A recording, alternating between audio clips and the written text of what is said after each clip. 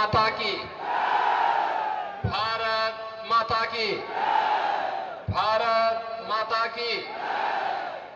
जय श्री राम, जय जय श्री राम। इस क्षेत्र की लोकप्रिय सांसद, केंद्रीय मंत्री माननीय श्रीमती अन्नपूर्णा देवी जी,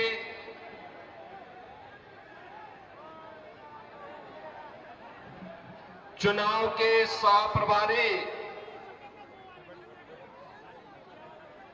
उत्तर प्रदेश से राज्यसभा के माननीय सांसद डॉक्टर लक्ष्मीकांत वाजपेयी जी,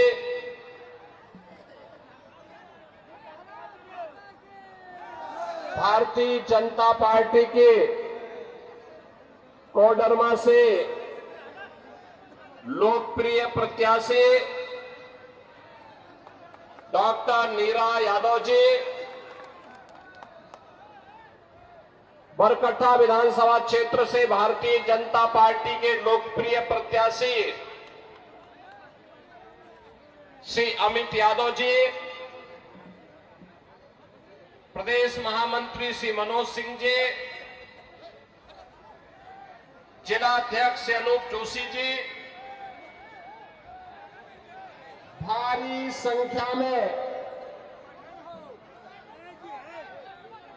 आज की इस चुनावी सभा में उपस्थित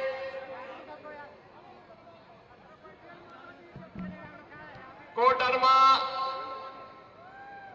बरकट्ठा और इस क्षेत्र से जुड़े हुए सभी मेरे उपस्थित बहनों और भाइयों,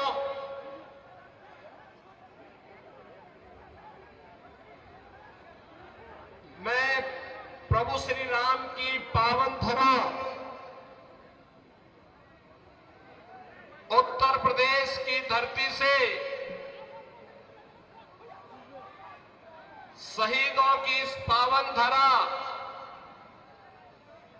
भगवान बिरसा मुंडा की पावन धरा को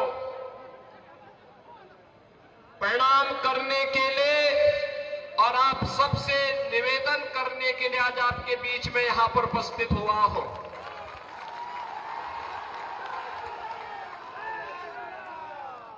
दीपावली का पर्व आपने भी बड़े उल्लास के साथ संपन्न किया है और आज से छठ महापर्व का भी आयोजन प्रारंभ होने जा रहा है। आप सबको मैं छठ की हृदय से बधाई देता हूं और छठी माई आप सबके जीवन में खुशहाली लाए, इसकी भी प्रार्थना करता हूं। बहनों और भाइयों, आपने अभी पिछले दिनों हरियाणा विधानसभा के चुनाव के परिणाम को देखा होगा। हरियाणा के चुनाव के पहले सभी लोग क्या बोलते थे और जब चुनाव के परिणाम आए तो अकेले भारतीय जनता पार्टी 2/3 से अधिक सीट जीती और कांग्रेस धराशायी हो गई। हरियाणा के लोगों से जब पत्रकारों ने पूछा कि चुनाव के पहले तो लगता था कि कांग्रेस और उसके सहयोगी जीतेंगे, ये कैसे हुआ? तो हरियाणा की जनता ने कहा कि विकास, सुरक्षा, सुव्यवस्था और सुशासन के लिए डबल इंजन आवश्यक है और मोदी जी के नेतृत्व में अगर डबल इंजन की सरकार चले तो इस सोने में सुहागा है। इसलिए हरियाणा की जनता ने निर्णय लेकर के फिर से भारतीय जनता पार्टी को विजयी बनाया है। बहनों और भाइयों, हमारा ये झारखंड एकोडर्मा प्राकृतिक संसाधनों से भरपूर है। धरती आबा भगवान बिरसा मुंडा की पावन धरा है, शहीदों की धरा है। देश की आजादी के लिए अकेले कोडरमा से एक नहीं, चार हुतात्माओं ने अपना बलिदान दे करके इस देश को ब्रिटिश हुकूमत से मुक्त करने के लिए अपना योगदान दिया था।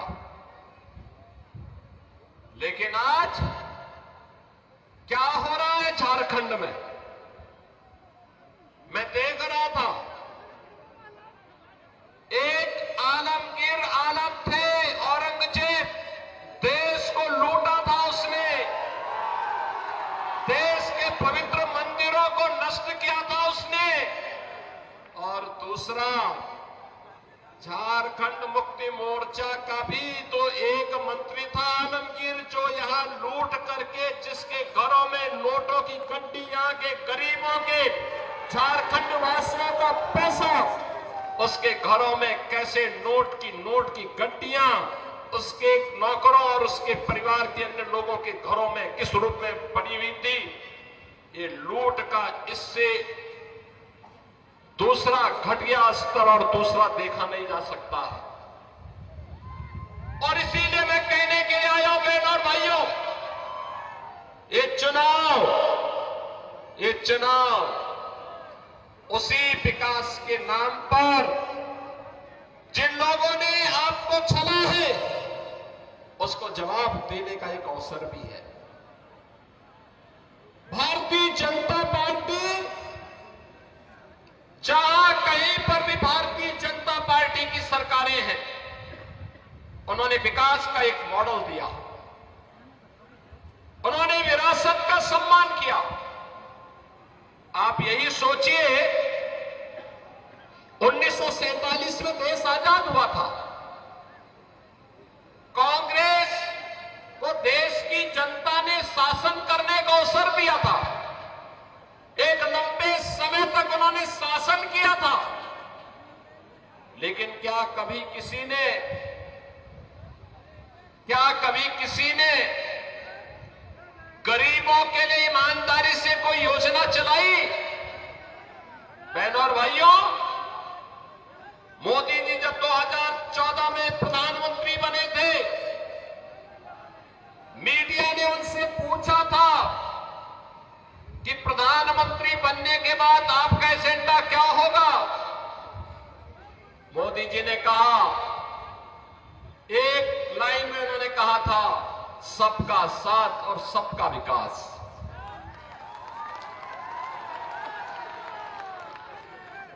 जाति, मत और मजहब के आधार पर नहीं, क्षेत्र और भाषा के आधार पर नहीं, बल्कि हर गांव का विकास होगा, हर नगर का विकास होगा, गरीब, किसान, नौजवान, महिलाएं, इन सब का विकास होगा। देश की सुरक्षा के साथ कोई भी समझौता नहीं होगा। देश का सुरक्षा का मॉडल क्या होना चाहिए, ये आज आप देख रहे होंगे। कांग्रेस की सरकारें हुआ करती थी, तब चीन हमारे देश के अंदर घुसता था, और आज आप देख रहे होंगे, समाचार रोज पढ़ रहे होंगे, आज चीन की सेनाएं पीछे हट रही हैं और वहां पर भारत की सेना गश्त कर रही है। पाकिस्तान तो अब भारत का नाम सुनकर के ही कंपकपी शुरू हो जाती है। पाकिस्तान को जैसे लगता है अब जब उसको कहीं सुनवाई नहीं होती तो यूएन में कहता है, उसको सपने आते हैं, कहता है कि भारत कभी भी हम पे हमला कर सकता है, हमारी जान बचाओ। सरकार तो ऐसे होनी चाहिए दुश्मन के दिल को दहला सके। और यही आज भारत की सरकार कर रही है। बहनों और भाइयों, देश की सुरक्षा हो या आंतरिक सुरक्षा, आप सोचो, ये कांग्रेस और उसके सहयोगियों ने कश्मीर की समस्या दी थी। मोदी जी ने धारा 370 समाप्त करके कश्मीर की समस्या का समाधान कर दिया। कांग्रेस ने गरीबों को भूखा मरने के लिए छोड़ दिया था, किसानों को आत्महत्या करने के लिए मजबूर कर दिया था। कांग्रेस हो या झारखंड मुक्ति मोर्चा या आरजेडी,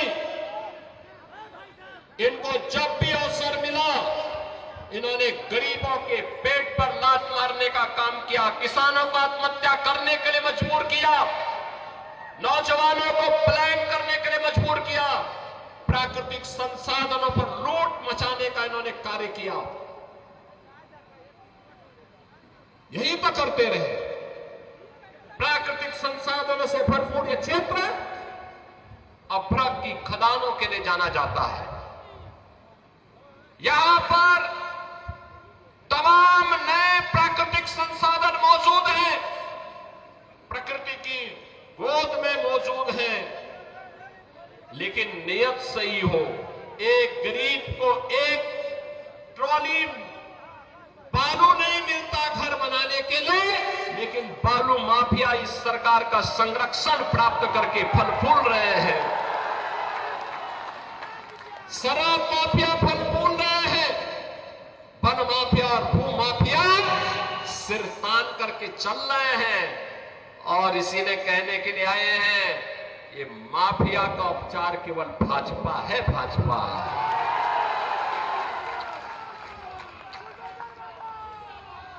बहनों और भाइयों, 2017 के पहले उत्तर प्रदेश में भी ये माफिया ऐसे सीना तान करके चलते थे, ऐसे चलते थे। इनके लिए गरीब की कोई कीमत नहीं थी, किसान की कोई कीमत नहीं थी, नौजवान की कोई कीमत नहीं थी, बहन और बेटी का कोई सम्मान नहीं था। लेकिन 2017 के बाद जब उत्तर प्रदेश के बुलडोजर ने चलना प्रारंभ किया, तो आज आप देखते होंगे दुर्दांत भूमाफिया, दुर्दांत से दुर्दांत भूमाफिया आज उत्तर प्रदेश की धरती को छोड़ चुके हैं। कुछ तो जेल में है और कुछ लोग राम नाम सत्य है की यात्रा में भी चले गए। भूमाफिया नहीं, खनन माफिया भी नहीं, वन माफिया भी नहीं, पशु माफिया भी नहीं, संगठित अपराध में संलिप्त माफिया भी नहीं। आज तो कोई भी माफिया हो, शराब माफिया हो या बालू माफिया, यूपी से गायब हो गया है। ऐसे ही गायब हो गया जैसे गधे के सिर की सींग समाप्त हो गई। और इसलिए बहनों और भाइयों, आपसे कहने के लिए माफिया का उपचार केवल भाजपा है। भाजपा की सरकार लाइए, गरीब को उसका हिस्सा भी मिलेगा, गरीब को उसका सम्मान मिलेगा। जिसके पास राशन कार्ड नहीं उसको राशन कार्ड की सुविधा, जिसके पास आयुष्मान कार्ड नहीं उसको आयुष्मान भारत की कार्ड की सुविधा, जिसके पास मकान नहीं उसको मकान की सुविधा। और देश के अंदर एक तरफ मोदी जी के नेतृत्व में एनडीए का गठबंधन है और दूसरी तरफ कांग्रेस के नेतृत्व में झारखंड मुक्ति मोर्चा और आरजेडी जैसा इंडी गठबंधन भी है। दोनों गारंटी दे रहे हैं, लेकिन दोनों की गारंटी में अंतर है। मोदी जी की गारंटी है हर गरीब को मकान देने का, मोदी जी की गारंटी है हर नौजवान के हाथ को कार्य देने का, रोजगार देने का, मोदी जी की गारंटी है हर किसान के सम्मान का, मोदी जी की गारंटी है हर बहन और बेटी की सुरक्षा का। और उनके लिए वे योजनाएं लिए आगे बढ़ रही है, उन योजनाओं को प्रभावी ढंग से यहां पर लागू करने का जो 5 गारंटी यहां के लिए भारतीय जनता पार्टी ने दी है। लक्ष्मी जोहार योजना, सभी घरों में 500 रुपए में एलपीजी के भरा हुआ सिलेंडर उपलब्ध करवाना और साल में 2 फ्री में सिलेंडर उपलब्ध, भरा हुआ सिलेंडर भी मुफ्त में उपलब्ध करवाना।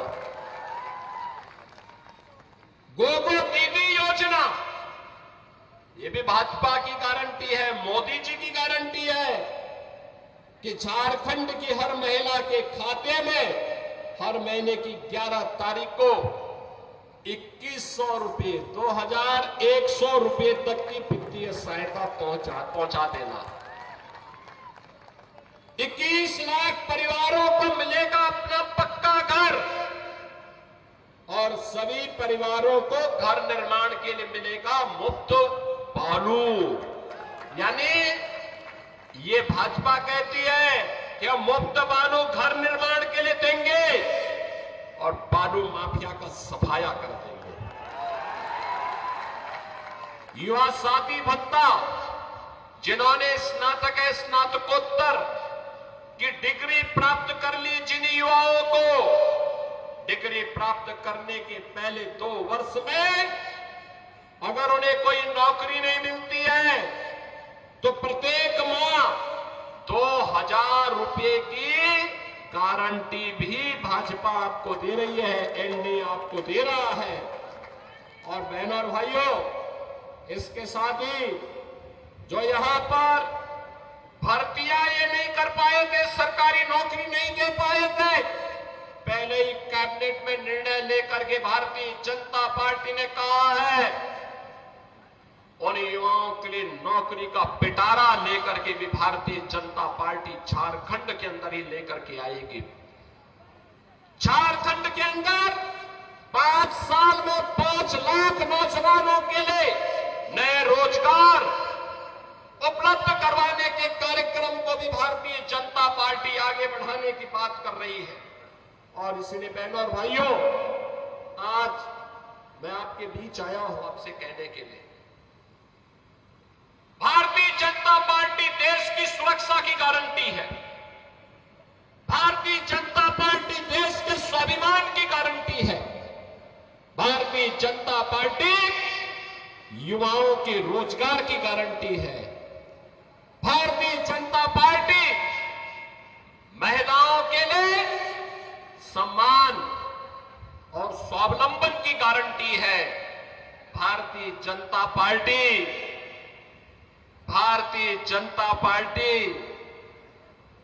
विरासत और विकास के समन्वय की गारंटी भी है। याद करिए अयोध्या से तो मैं आया हूं ना। कितने लोग अयोध्या गए हैं? कितने लोग अयोध्या गए हैं? आप लोग एक बार अयोध्या आइए। मैं अन्नपूर्णा देवी जी से कहूंगा, वे यूपी के अंदर चुनाव के अंदर सहप्रभारी के रूप में विधानसभा चुनाव के अंदर काम कर रही थी। पूरे यूपी के अंदर घूमी, बहुत अच्छा काम उन्होंने किया था। और मैं आप सबसे कहूंगा, चुनाव के बाद एक बार वो आपको लेकर के अयोध्या पहुंचे। अयोध्या की गारंटी बाकी हम लोग के लिए, एक बार देखिए आप अयोध्या धाम को।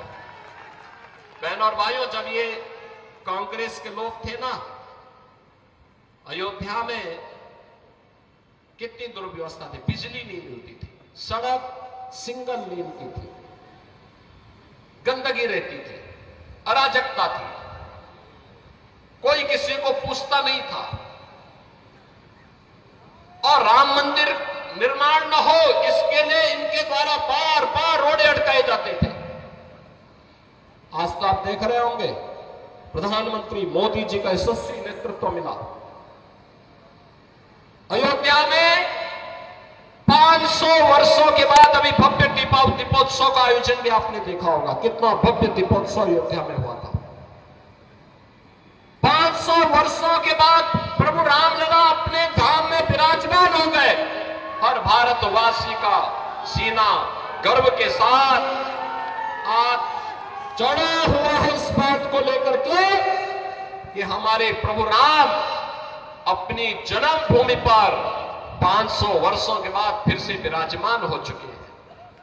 हर भारतवासी के लिए इससे ज्यादा सम्मान और क्या हो सकता है। बहन और भाइयों, और हम लोगों ने कहा है आज आप जाइए अयोध्या में, जिस ओर जाएंगे 4 लेन की सड़क मिलेगी और एक इंटरनेशनल एयरपोर्ट का निर्माण भी वहां हो गया है। इंटरनेशनल एयरपोर्ट का नाम महर्षि वाल्मीकि के नाम पर है।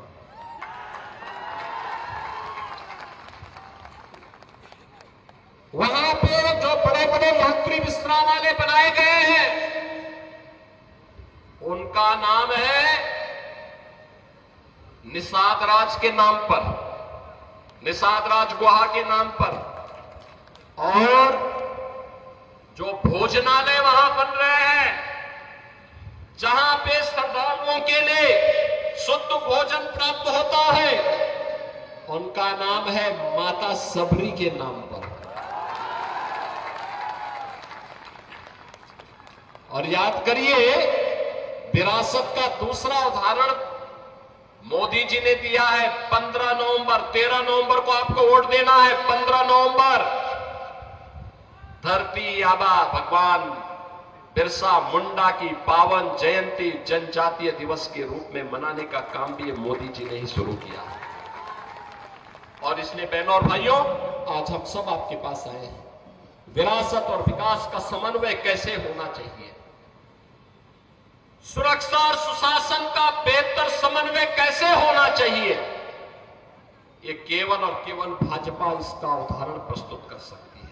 और डबल इंजन की सरकार जैसे भी हरियाणा ने निर्णय लिया, ऐसे ही झारखंड के अंदर ये भ्रष्टाचार की चंडी, सुरक्षा में सेंध लगाने वाली, माफियाओं को प्रश्रय देने वाली, अराजकता को, गुंडागिर्दी को यहां पर बढ़ाने वाली झारखंड मुक्ति मोर्चा और कांग्रेस का, आरजेडी का जो इंडी गठबंधन है, ये देश की सुरक्षा के साथ खिलवाड़ कर रहा है, राष्ट्र के स्वाभिमान के साथ खिलवाड़ कर रहा है। इन्हें मौका नहीं देना है वर्तमान को संवारने के लिए और भविष्य को उज्जवल बनाने के लिए आवश्यक है कि चुनाव में इनकी छुट्टी कर दो। बाकी काम तो भारतीय जनता पार्टी की डबल इंजन सरकार, एनडीए की सरकार आने के बाद स्वयं कर देगी। और इसीलिए आज मैं आप सबसे कहने के लिए आया हूं, जब अयोध्या में प्रभु रामलला के भव्य मंदिर के निर्माण के कार्यक्रम को पूरा करने के बाद मोदी जी के कर कमलों से रामलला 500 वर्षों के बाद अपनी जन्मभूमि पर विराजमान हुए, तब मोदी जी ने एक बात कही थी। उन्होंने कहा था, ये तो एक शुरुआत है, शुरुआत। आप इशारा भी समझे होंगे ना।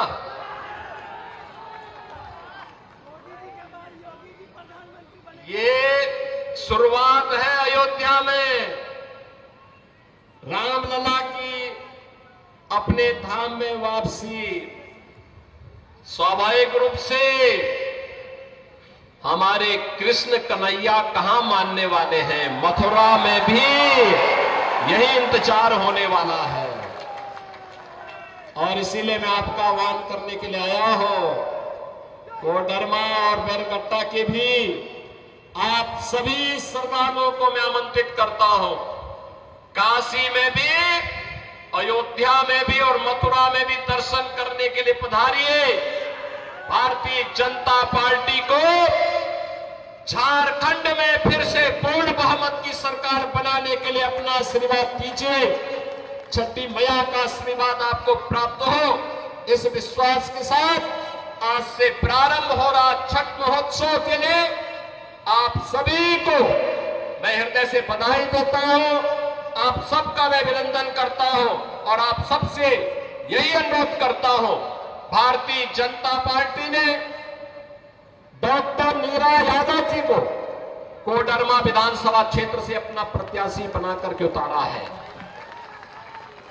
और साथ साथ श्री अमित यादव को बड़गड्ढा से अपना प्रत्याशी बना करके आपके बीच में उतारा है।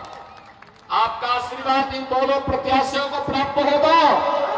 दोनों हाथ ला करके होगा, दोनों हाथ ला करके बताओ, होगा ना? तो फिर मेरे साथ बोलेंगे भारत माता की, भारत माता की, भारत माता की।